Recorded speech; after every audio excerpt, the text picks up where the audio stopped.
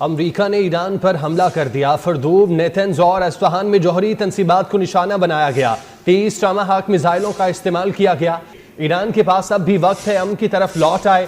جو ہم نے کیا دنیا کی کوئی فوج ایسا نہیں کر سکتی۔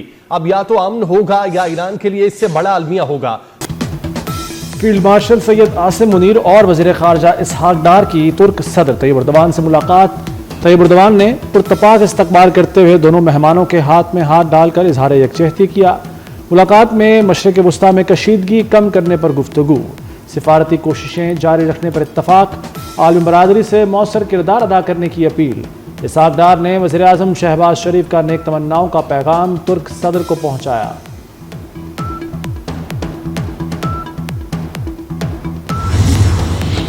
ترک صدر طیب اردوان نے اسرائیلی وزیر اعظم نیتن یاہو کو ہٹلر قرار دے دیا۔ طیب اردوان کا اوائسی وزرائے خارجہ خصوصی اجلاس سے خطاب، کہا ہٹلر خطے کو تباہ کرنا چاہتا ہے۔ اسرائیل نے ایٹمی مذاکرات سبوتاژ کیے۔ اسرائیل خطے میں جنگ پھیلانا چاہتا ہے۔ مغربی دنیا اسرائیل کی حامی ہے۔ مسلمان متحد ہو کر اسرائیل کے خلاف آواز اٹھائیں۔ یقین ہے فتح ایران کا مقدر ہوگی۔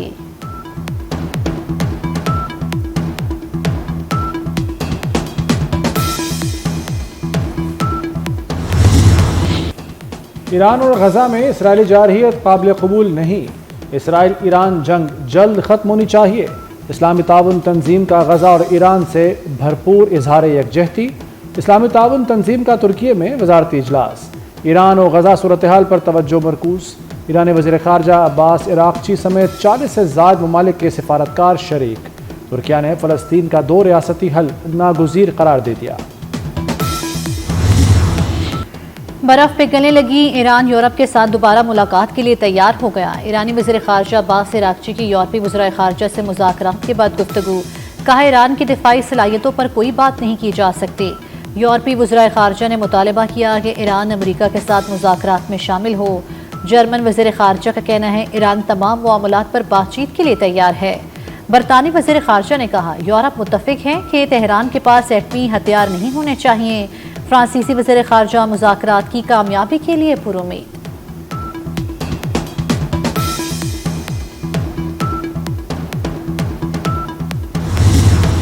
اسرائیل ایران کی ایٹمی صلاحیت ختم نہیں کر سکتا، ایران سے بات کریں گے، دیکھیں کیا ہوتا ہے۔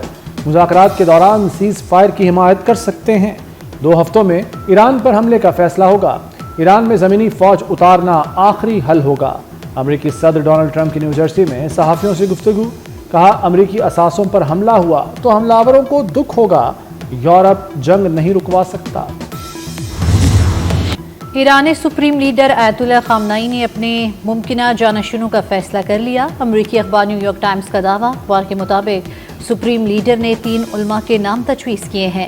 آیت اللہ خامنئی کے صاحبزادے مجتبیٰ خامنئی ممکنہ جانشینوں میں شامل نہیں۔ خامنئی 36 سال سے ایران کے رہبر اعلیٰ ہیں۔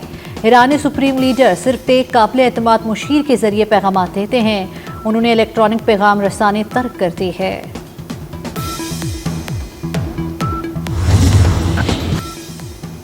اسرائیل کے ایران پر حملے جاری، تہران، نجف آباد، قم، احواز اور خوزستان کی بندرگاہ پر بمباری۔ تہران میں ایرانی انقلابی لیڈر امام خمینی کے مزار کے قریب فضائی حملہ۔ تہران میں ڈرون حملے میں ایرانی جوہری سائنسدان اہلیہ سمیت شہید ہو گئے۔ اسرائیل کا قدس فورس کے سربراہ کو بھی شہید کرنے کا دعویٰ۔ اسرائیلی حملوں میں شہید افراد کی تعداد 641 تک پہنچ گئی۔ اسرائیلی فوجی جنرل کا کہنا ہے کہ ایران کے ساتھ جنگ طویل ہو سکتی ہے۔ ایران نے آج پھر اسرائیل پر میزائل داغ دیے۔ تل ابیب میں دھماکے، عمارت میں آگ لگ گئی۔ اسرائیلی فوجی مرکز اور 2 ایئر بیس نشانہ بنے تھے۔ دفاعی صنعتیں، کمانڈ اینڈ کنٹرول مراکز نشانہ بنے۔ حیفا میں عمارتوں اور تجارتی مراکز کو نقصان ہوا۔ ایران کا دیمونا ری ایکٹر پر بھی میزائل حملہ۔ ایران کے حملوں میں ہلاک اسرائیلیوں کی تعداد 25 ہو گئی۔ پاسداران انقلاب نے اسرائیل کو پیغام دیا ہے کہ حملوں کا سلسلہ بڑھائیں گے۔ فرانسیسی صدر کا ایرانی ہم منصب مسعود پزشکیان سے ٹیلی فونک رابطہ۔ صدر میکرون نے کہا کہ جنگ سے نکلنے کا راستہ موجود ہے، ایران بات چیت میں تیزی لائے، ایران ایٹمی ہتھیار نہ بنانے کی ضمانت دے۔ روسی صدر پیوٹن ایک بار پھر ایران کی حمایت میں بول پڑے. کہتے ہیں ایران کے ایٹمی ہتھیار بنانے کے شواہد نہیں. یہ بات اسرائیل کو کئی بار بتائی. ایران کو پرامن جوہری توانائی کا حق حاصل ہے. ایران اور اسرائیل کو لچک دکھانی چاہیے. تنازع کے حل کے راستے موجود ہیں.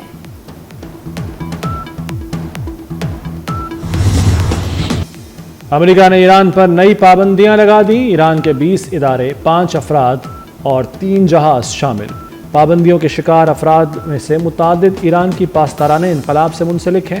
ایران پر نئی پابندیاں امریکی محکمہ خزانہ کے دفتر برائے غیر ملکی اثاثہ جات کنٹرول نے عائد کی. پاکستان نے امریکی صدر ڈونلڈ ٹرمپ کے لیے نوبیل انعام کی سفارش کر دی. حکومت پاکستان کے مطابق ٹرمپ کی مداخلت سے پاک بھارت جنگ ٹلی. سفارش کا فیصلہ ٹرمپ کے کردار پر کیا. دنیا نے بھارت کی غیر قانونی جارحیت دیکھی. ڈونلڈ ٹرمپ نے بگڑے حالات پر قابو پایا. امریکی صدر کی پیشکش کی قدر کرتے ہیں.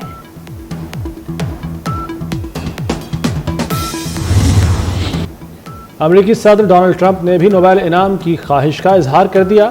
کہتے ہیں پاک بھارت جنگ بند کرانے پر نوبیل انعام ملنا چاہیے.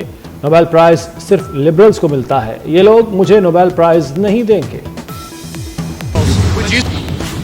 ایوان صدر میں بے نظیر ہنرمند پروگرام کے اجراء کی تقریب. آصف علی زرداری اور خاتون اول آصفہ بھٹو نے پروگرام کا افتتاح کیا. صدر مملکت نے اپنے خطاب میں کہا پروگرام کے تحت نوجوانوں کو جدید ہنر سکھائے جائیں گے. ہنرمند انفرادی قوت دنیا بھر میں ملک کا نام روشن کرے گی. حکومت نے وزیر اعظم صاحب کی خصوصی ہدایت پر 6 لاکھ سے 12 لاکھ تک تنخواہ پانے والوں کے لیے انکم ٹیکس کی شرح 2.5% سے کم کر کے صرف 1% کر دی ہے. حکومت نے سرکاری ملازمین کی مشکلات کا ادراک کرتے ہوئے تنخواہوں میں 10% اور پینشن میں 7% اضافہ کیا. سالانہ 6 لاکھ سے 12 لاکھ تنخواہ پر ٹیکس 2.5 سے کم کر کے 1% کر دیا. وزیر خزانہ محمد اورنگزیب کا سینٹ میں اظہار خیال. قومی اسمبلی کی قائمہ کمیٹی برائے خزانہ نے تنخواہ دار طبقے اور نان فائلرز کو ریلیف دینے کی کئی تجاویز منظور کر لیں. نان فائلرز کے لیے بینک سے کیش نکلوانے کی حد 50,000 سے بڑھا کر 75,000 ہوگی. یومیہ 75,000 روپے نکلوانے پر ٹیکس 0.6% سے بڑھا کر 0.8% کیا جائے گا. کارپوریٹ سیکٹر پر سپر ٹیکس میں 0.5% کمی کی تجویز بھی منظور. سربراہ مسلم لیگ نون نواز شریف لندن سے لاہور پہنچ گئے. حسن نواز اور ذاتی معالج ڈاکٹر عدنان بھی ان کے ہمراہ آئے. نواز شریف نے لندن سے واپسی پر 3 دن متحدہ عرب امارات میں قیام کیا. شاہ محمود قریشی کی 2 مقدمات میں ضمانت کی درخواستیں. تھانہ شادمان جلاؤ گھیراؤ کے مقدمے میں ضمانت منظور. پولیس کی گاڑی جلانے کے مقدمے میں ضمانت پر فیصلہ 27 جون کو ہوگا.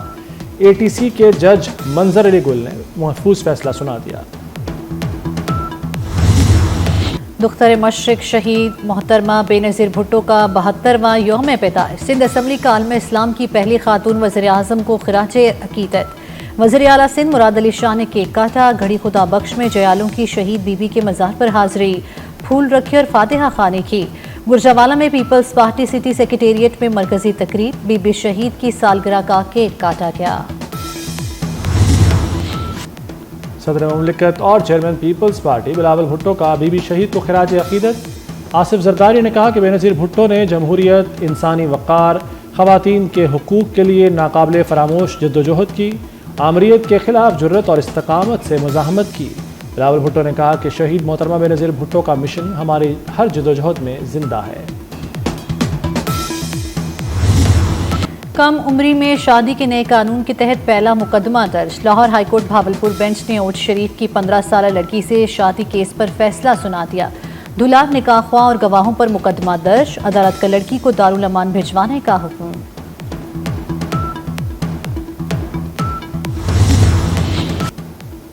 اسرائیل کے غزہ پر وحشیانہ حملے جاری. 24 گھنٹوں میں مزید 84 فلسطینی شہید ہو گئے. خان یونس میں خوراک کے منتظر 16 افراد کو نشانہ بنایا گیا. غزہ میں شہادتیں 55,613 ہو گئیں. اقوام متحدہ نے غذائی قلت کے شکار فلسطینی بچوں کی تعداد بڑھنے کا خدشہ ظاہر کر دیا. اسرائیل کے غزہ اور ایران پر حملوں کے خلاف لندن میں بڑا مظاہرہ. لوگوں کی بڑی تعداد سڑکوں پر نکل آئی. اسرائیل مخالف نعرے لگائے. حکام سے مطالبہ کیا کہ وہ اسرائیل کی سپورٹ بند کرے. اسرائیل کو اسلحے کی فراہمی بھی روکی جائے.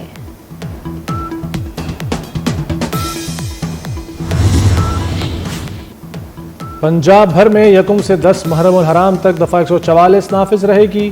پنجاب حکومت نے دفعہ 144 کے نفاذ کا نوٹیفیکیشن جاری کر دیا۔ صوبہ بھر میں 9 اور 10 محرم الحرام کو موٹر سائیکل کی ڈبل سواری پر بھی پابندی ہوگی۔ ہر قسم کے ہتھیار اور آتش گیر مواد کی نمائش پر بھی پابندی عائد۔ نیوزی لینڈ نے FIH نیشنز ہاکی کپ کا فائنل جیت لیا۔ پاکستان کو فائنل میں بآسانی شکست دی۔ نیوزی لینڈ نے 6 گول کیے، پاکستان کی ٹیم صرف 2 گول کر سکی۔ پاکستان فرانس کو شکست دے کر فائنل میں پہنچا تھا۔